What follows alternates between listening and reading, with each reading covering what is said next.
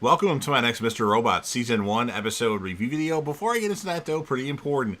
If you haven't watched the first 4 episodes of Mr. Robot Season 1, then I highly suggest that you don't watch this detailed review any further to avoid any potential spoilers. And full disclosure, it's actually my first time watching the show Mr. Robot. Over the last 10 years I've heard many good things about it. I'm finally just deciding to check it out. So join me on this journey and let's discuss this hopefully amazing and awesome show in the comment section. But don't spoil anything past this episode, at least in this video. So, with all that said, this will be Mr. Robot Season 1, Episode 4. The title of the episode is a computer file that I believe says Demons. And this will be my first time watch, review, reaction, recap after just finishing watch the episode. We start with Elliot musing on one last line of morphine in front of him. And then he says the last line. The consequences of busting Vera and meeting Mr. Robot, creating you, everything till now. This moment, I choose this. I choose all this. And then Elliot is with the F Society hackers in their hideout, explaining the plan against Steel Mountain. Insert a Raspberry Pi into their network, programmed to make a backdoor that they can access from outside and use that entry to raise the temperature above 95 degrees. That much heat will destroy the tapes. Romero objects that they need to get physically into the facility, but Elliot says the existing guards are a security flaw and they can exploit. Elliot starts to have withdrawal symptoms, though, and then goes home, leaving the others to work out the details. Looking at the line of morphine, Elliot reflects for a while on how he broke his own rule on taking morphine, though he has nothing to counteract it. But he has things to do and needs to hit this one last line. He snorts the line. And then when he's walking on a sidewalk, he notices a man in a suit walking towards him. He looks back and sees another behind him. As one of the men passes him, Elliot asks what the man wants, but he ignores Elliot, and the two men meet and talk. Elliot walks away, but once at home, he is unnerved by a pounding at his door.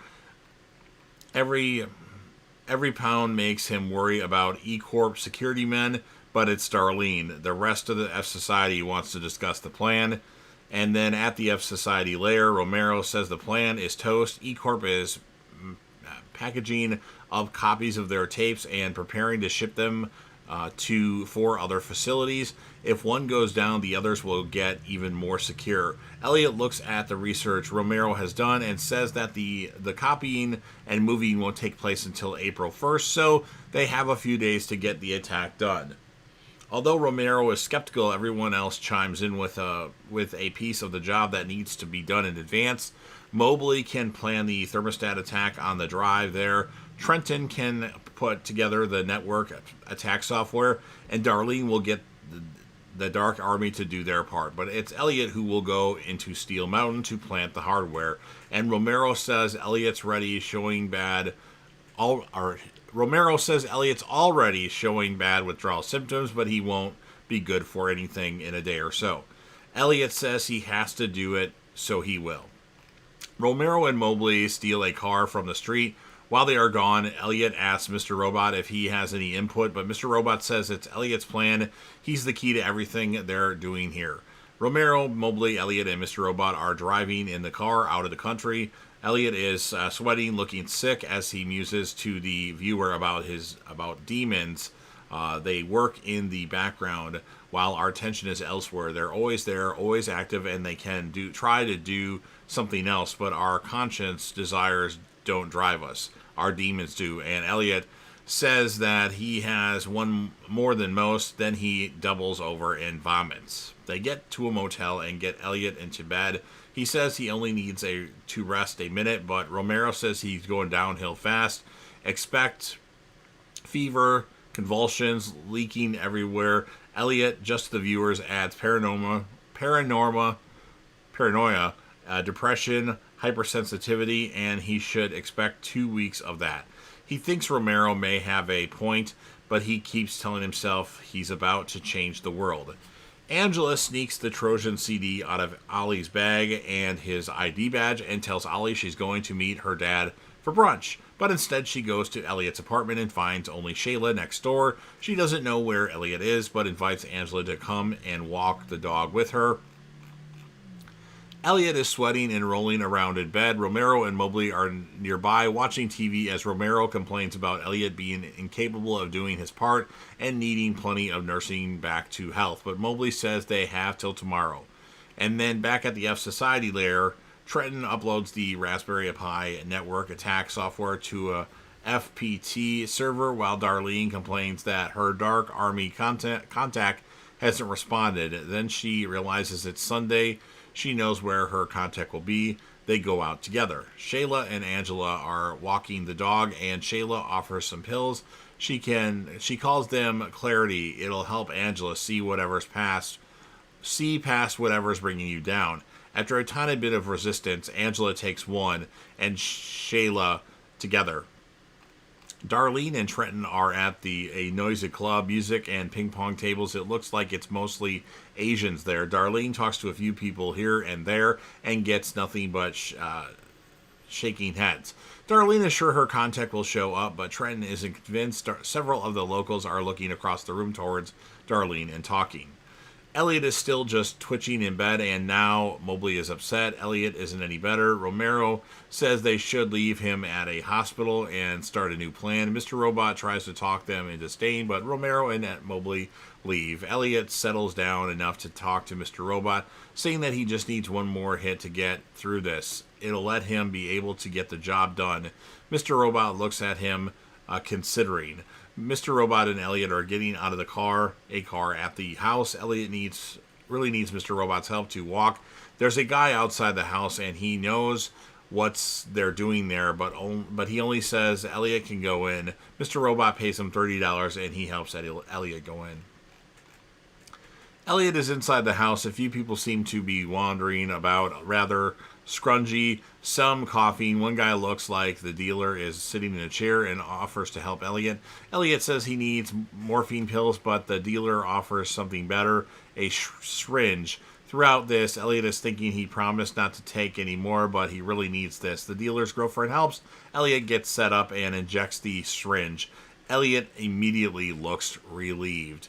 And then in another room, there are two guys fighting and yelling. One pulls out a gun and shoots, but the bullets hit the girlfriend, who falls to the floor, and Elliot, who also collapses.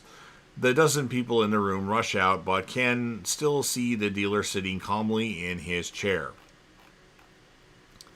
And Elliot is lying in front of the TV, which suddenly flashes and shows another F Society video.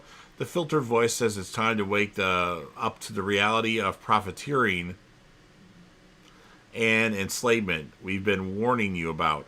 The figure says F Society is here to expose the villains in society and helping all of society recover its lost, damaged, or stolen memory. Elliot is now in the F Society hideout next to the masked figure in front of the TV camera. The figure takes off a key and hands it to Elliot, who asks what it opens. Then the figure takes off his mask, under which another one of the same masks. He hands a mask to Elliot, saying it belongs to you now. Elliot puts on the mask, and now there are two masked men. One says, now, find your monster, then turn the key. But first, a word from our corporate overlords. The screen blinks and it shows what looks like an ad from E-Corp showing the products and services they provide. Then an announcer says, if you see your logo, that means you can rest assured that you're buying the best food, clothing, shelter, transportation, hygiene, electronics, and life's necessities that money can buy. Elliot is now walking along a row of identical houses when he gets to a house with a mailbox labeled the Aldersons. Then the house has vanished, and its place a utility pole with the sign Air 404 not found. A young girl is skating alongside the sidewalk. She and Elliot say hello. Elliot asks what happened to the house, and the girl says, first, can you tell me what's your monster? She giggles, looks down, and sees the key on the ground. She picks it up and hands it to Elliot. She skates away, and Elliot walks away. Elliot is now walking into the apartment. Tyrell Wellick is there looking at the key but says nothing to Elliot. On the table is a fishbowl with Elliot's bait of fish, and they have a little conversation. Elliot asks the fish if it needs anything, and the fish says in a fishbowl nothing ever changes. Sitting on this table, he is exhausted with everything being the same. Elliot says he wants to help, and the fish asks to be moved to the window. Elliot is now in a fancy restaurant with Angela across the table from him. She's slicing into a fish. Elliot complains to her, Angela, he's my friend, and Angela replies yes, and he's delicious. We see another table that what looks to be Elliot's mother and an 8-year-old Elliot. She's trying to get him to eat. Now a waiter arrives at Elliot's side and delivers his plate, a fresh raspberry pie. Elliot takes a bite, chews, and finds something wrong, a key. Now Angela says out loud, yes, and she stands up. Yes, Elliot, I do. Everyone else in the restaurant stands up and applauds. She gets up, hugs Elliot, and they both walk out of the restaurant to the applause of the people in the diner. Elliot is now in a tux walking into the F Society lair, and Angela is there too. She says she just told those people what they wanted to hear. You're not going to do it, are you? Change the world, figures. You were only born a month ago.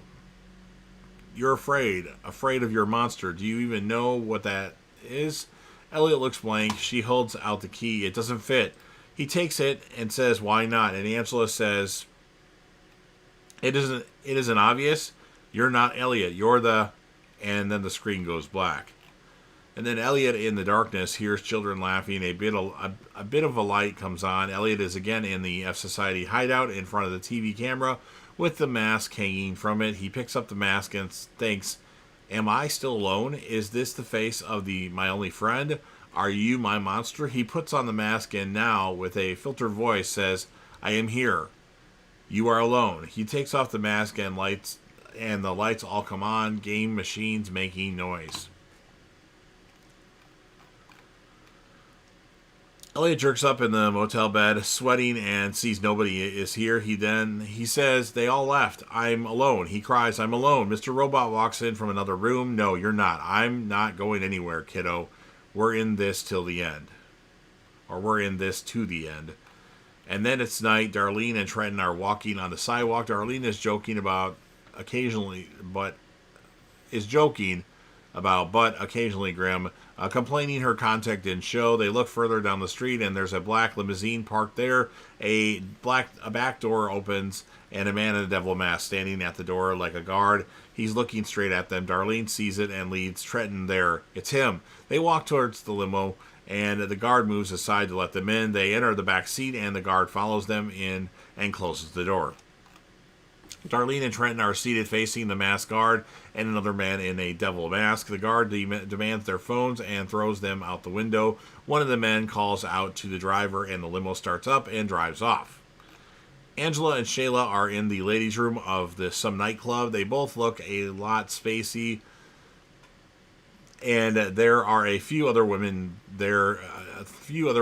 Doing drugs. Angela's phone rings. It's Ollie. She rejects the call and sees that he's called her a lot. Angela laughs. She has to be at work in 4 hours. Shayla is lamenting a little bit. She liked this job, but she'll do anything else. Angela is surprised. Changing jobs is a stress, and Shayla doesn't seem bothered. Angela says she worries a lot about jobs. Shayla comes over and kisses her, and then they kiss for a while. And Shayla tells Angela that she should only worry about herself. And then the limo comes to a stop, and Darlene and Trenton get out on the sidewalk. Darlene stomps away, Trenton following. They turn to the corner, and there is Cisco along with a few other guys. Darlene comes up to Cisco and complains about how hard it's been to find him. She takes him aside. He wants her to cool down a bit. A ray of sunshine in the dark void of my existence. But she's on fire. He hasn't apologized.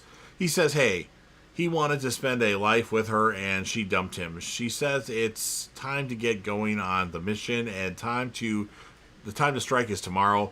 It's their only shot. Cisco says that they never had a shot. The Dark Army guys are a big deal. They don't care about all the freeing the world stuff that F Society is all up about. Darlene pulls him close and kisses him. You know You know how much this means to me. Please just talk to them. He sort of nods. And then Romero at the hotel room is mixing up a drink for Elliot. His aunt's remedy for her ailments, anti-diarrheal electrolytes, decongestion. He hands Elliot a glass full of gunk and says 7 more and Elliot will be as good as new. Elliot is looking a lot more alive. Romero asks Mr. Robot to make sure Elliot keeps drinking, and Romero goes out to get the car ready. Elliot talks to the viewer. Hello again. Long time no. Whatever it is we do. I missed you. Where do we go? Where did you go? Did you leave or did I? We see the Darlene walking up to the F Society hideout, and she sees Trenton across the room, kneeling for the morning prayer. Maybe it was both or neither. Doesn't matter. Did those hopeful moments scare me? Or, of course, demons, remember? Angela's getting off the elevator using Ollie's badge to get in. She looks a bit anxious. The office space is empty. It must be early. She walks to Ollie's desk, logs into the computer, and puts the CD into the drive. Just then, the elevator dings. It's the receptionist. Angela pushes the CD eject button. When it doesn't work, she pries the door open and gets the CD. The receptionist gets to her desk and starts arranging paperwork. We see Ollie's system briefly display a command window, then go dark. Angela goes down the elevator. And then we have Elliot's voice to the viewers. At some point, an action without user interaction will come along and sweep my legs. This spinning wheel of false highs and true lows will continue. That much I know. Demons, they don't stop working. They're always active. They seduce, they manipulate, they own us, and even though you're with me, even though I created you, it makes no difference. We must all deal with them alone. The best we can hope for, the only silver lining in all of this, is when we break through. We find a few familiar faces waiting on the other side, and then we see a country road with a mountain in the middle distance and a car racing towards it. And that's what ends this episode of Mr. Robot. So, okay episode. I was a little bored during some moments of the episode, but still a good episode. I'm going to give it a 7.8 out of 10, and the characters of the episode, I'm going to give it to Romero and Angela. So, it's pretty much all I have to say. If you're a fan of Mr. Robot and you want to help me out with the YouTube algorithm, please make sure that you Hulk smash the like button, share the video with a friend, put this video on any one of your social media platforms. Don't forget to sound off in the comment section about what your thoughts regarding this episode of Mr. Robot. What would you rate it? Who would be your character of the episode or characters? And then last but certainly not least, don't forget to hit that sub button. You're watching the video anyway. Subscribe to the channel. Help me get over 100K subscribers. I know I set my goals high. Join the team, show your damn support, and be a part of something special, and you never know what you're going to see on JDev TV.